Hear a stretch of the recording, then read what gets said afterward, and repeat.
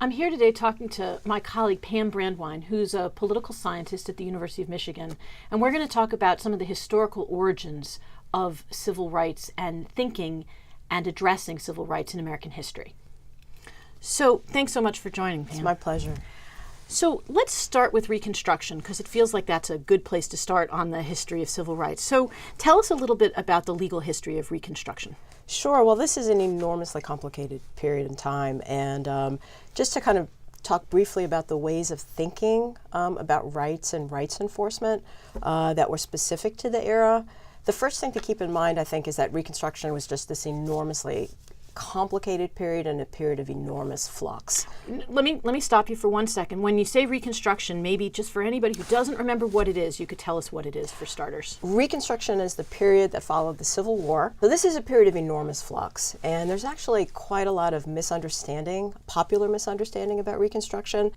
The Reconstruction amendments as a whole were not radical Republican legislation. They were actually moderate Republican legislation. So when you're talking about the Reconstruction Amendments, you're talking about amendments to the Constitution, the 13th, 14th, and 15th Amendments. Yes, indeed. And also enforcement legislation that folks tend to know less about. So the 13th Amendment, of course, banned slavery and involuntary servitude, except as punishment for a crime.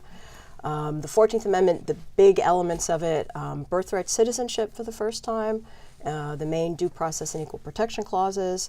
The 15th Amendment banned race discrimination in voting.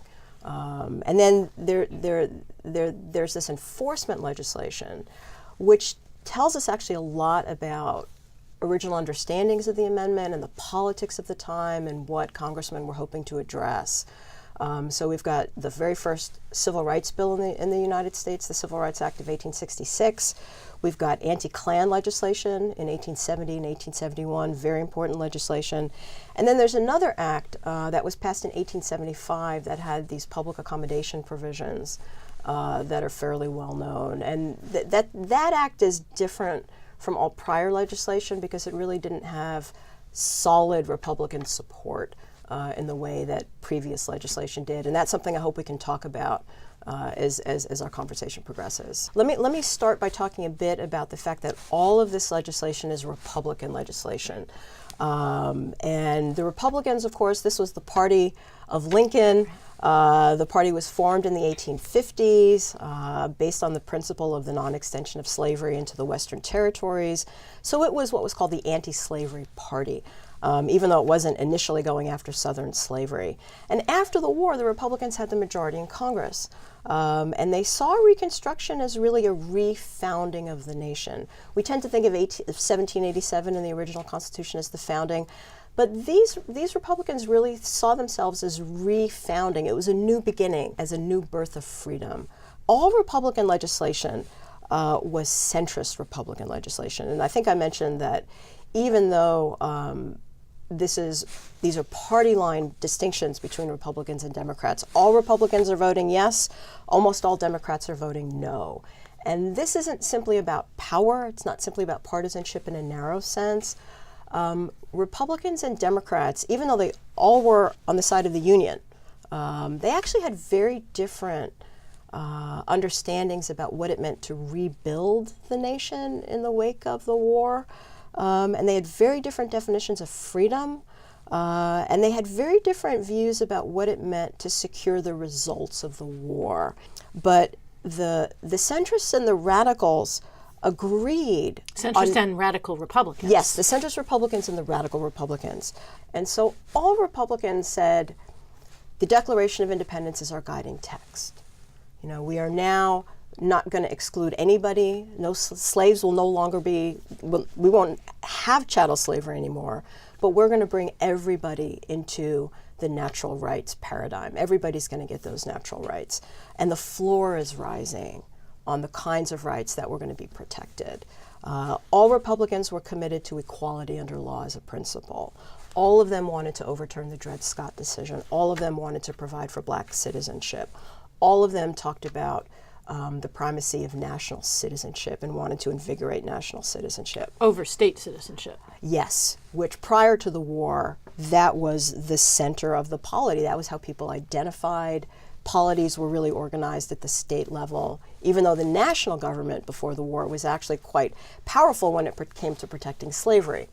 So we had actually some very strong national power before the war, yet it was actually directed towards protecting pro-slavery positions.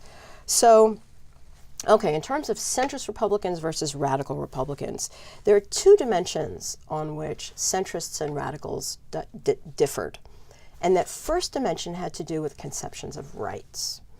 And to understand this, we have to kind of go back in time to an old language of talking about rights that was specific to the Reconstruction era.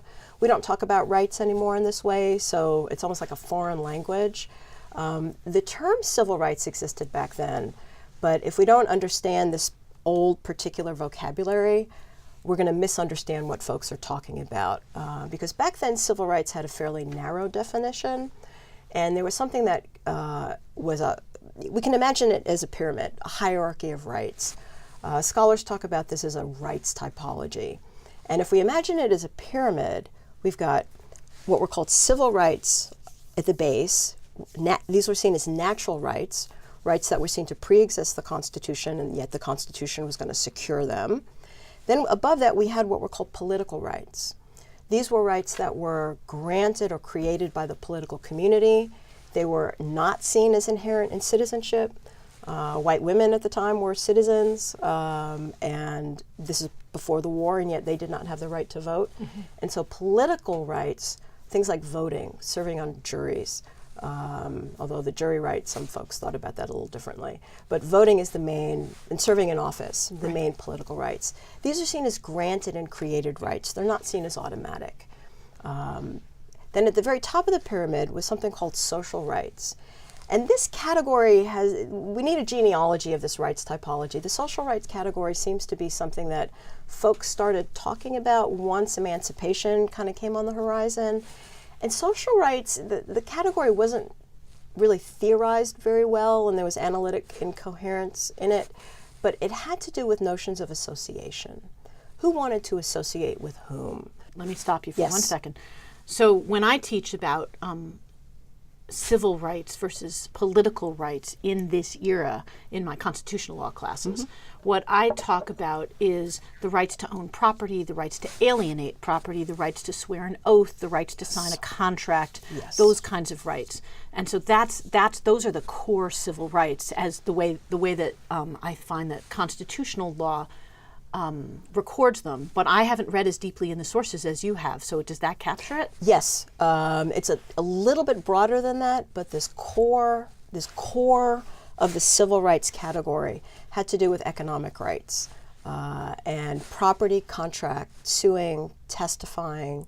In addition to that, being subject to the same criminal penalties as other people, having the same benefit of the criminal law, but those key rights, property and contract, were at the core of the civil rights category. These are at the core of that Civil Rights Act of 1866 that both centrists and radicals wanted to protect in the war's aftermath. And we have, just an example of this. We've got Abraham Lincoln talking about the fact that, and this is during his debates with Stephen Douglas, he said, and Lincoln, of course, is a complicated figure. Lincoln said, well, the black man is not my equal in many respects, but in the right to eat the bread that he earns with his own hands, property and contract, he is my equal and the equal of every man. And so that captures this centrist Republican principal commitment to equal economic rights, which were seen as civil rights. Great. Okay. So you were saying about the differences between the centrists and the radicals. Yes. So radicals and centrists agreed that these core rights were civil rights. The Democrats didn't. Right? The Democrats were not willing to protect these rights. They looked at these things called the Black Codes that were passed in the wake of the 13th Amendment, which were facially discriminatory towards blacks in terms of denying them of all of these rights that we've just discussed. So Democrats are not on board with this, but the radicals said, okay, these are core civil rights, everything that we just talked about, but the civil rights category is broader. They would say equal access to public accommodations counted as a civil right. And what's a public accommodation? Restaurants, theaters, places of public amusement, Generally, we think of these places today as folks that need a license to operate. Okay. At the time, inns were very important as public accommodations, railroads, modes of transportation that were privately owned, and yet had common law duties to serve the public. Okay. So those are public accommodations. And so those are what the radicals want to sweep into the category of enforced equality. And so one of the ways to think about the civil rights category in historical terms is to think of it as part of the language of freedom. And it was the vocabulary of freedom that was used at the time. So the way folks argued about the difference between slavery and freedom was to say, what is a civil right? And the radicals had a broader definition of freedom. And that translated into arguing for a broader conception of civil rights. But the centrists said no. And the centrists had the balance of power. They said public accommodations were a social right. Voting was not a basic right. It was seen as a political right. And so the centrists, who had the balance of power, really were able to, with this legislation, maintain control over the content of these legal categories for this period of time. One of the features of Reconstruction is that the radicals were always in the vanguard. They were always the visionaries, and the centrists often caught up to them. And so the radicals were the first ones to say emancipation. They were the first ones to say voting rights. And the centrists get there, and they get there in a principled way. Centrists were not originally willing to include voting rights as civil rights. They weren't initially willing to federally protect voting rights. They get there, and they actually get there in a powerful way. The Act of 1875 is something that Sumner had on his desk and had been pushing for years and years and years, and he was never able to get it out of committee and get traction on it. And so they vote for this legislation in a context where a number of some among them are saying, well, we're just going to pass this as a memorial to Sumner because we care about that, and just we're going to do it for that purpose. So it doesn't have the solid support that all of the other Republican legislation had. And when the Supreme Court struck down this piece of legislation, in many ways, the reasons for striking it down actually track the arguments that were being had in the 1870s over whether this legislation was constitutional in the first place. So you talked before about federalism, and so I guess the question that I want to ask you is just how does the federalism conversation overlay on top of what you've been talking about so far? Yeah, the federalism piece pertains to, we might think about it as pertaining to the enforcement of rights. So we were talking earlier about rights, the civil, political, social rights hierarchy. Federalism pertains to, well, who has the power to protect those rights? That's one way of thinking about federalism. Who gets to enforce these rights? Mm-hmm. And so in the Reconstruction Congresses, there were three main positions on rights enforcement. The Northern Democrats in some ways had the simplest position, and this is the position that loses, where the Northern Democrats said states had what was called original jurisdiction. They had the first shot at the apple over enforcing rights. And if they decided not to, there was nothing the federal government could do. Okay. So they're all the way on one side, but this position loses. The main fights in Congress are actually between the centrists and the radicals on federalism. Centrist and radical Republicans. Yes, thank you. Between centrist and radical Republicans on federalism. Just as it was the centrist and the radicals who were also disagreeing about what counted as a civil right. So the main fights are between centrist Republicans and radical Republicans. When it comes to federalism, centrist Republicans said states have original jurisdiction over rights enforcement. They get the first shot. When something goes wrong, it's their process that kicks into gear. Mm-hmm. But the centrists said if they deny rights, if they infringe on rights, the federal government now has corrective power. They have new oversight power, and they can then come in and protect those rights that the states failed or neglected or denied. So it's new federal oversight power. But that's a corrective power. This is the federalism point. States have original jurisdiction. The federal government has corrective jurisdiction. The radical Republicans say that the federal government has plenary jurisdiction. Right. What that means in practice is that it obliterates the state criminal justice system. Right. And the centrists were not willing to do that. The centrists said, we are going to provide federal power to come in when states deny rights on the basis of race. But it's a corrective power. It's not original power. So this is why anti-lynching legislation takes so long to enact. But the main arguments over Klan legislation were happening in 1870 and 1871. And what centrist Republicans said was that, look, the laws are now equal on their face. And this was a victory in and of itself, because the black codes from 1865 and 1866 were facial distinctions. Right. Republicans got rid of those, so now we have facially equal laws, but they're not being equally enforced. So when we have Klan violence, the local authorities are not punishing them. And the centrists see this, and the radicals see this, and they both say, this is unacceptable. This is a violation of freedom. The radical Republican solution was to give the federal government primary, plenary, original power to just come in and prosecute the Klan. Mm-hmm.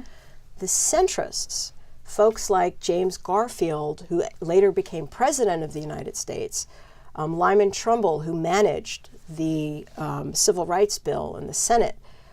Trumbull and Garfield were centrist Republicans who said, we need to have the Klan punished when states won't punish them. But the centrists said the federal government can only punish the Klan after a systematic failure to punish race-based violence has been established. And who wins? Who wins that argument? The centrists win. I thought you were, who wins on the ground when we bring cases? No, the centrists win. The centrists win. So in that sort of Ida Wells versus James Garfield debate, James Garfield wins. Yes, James Garfield wins, and the centrists win, and they are not willing to have the federal government have primary authority over protecting rights. Well, it's been really good to talk to you. Yes. Thank you for joining us. It's been a pleasure.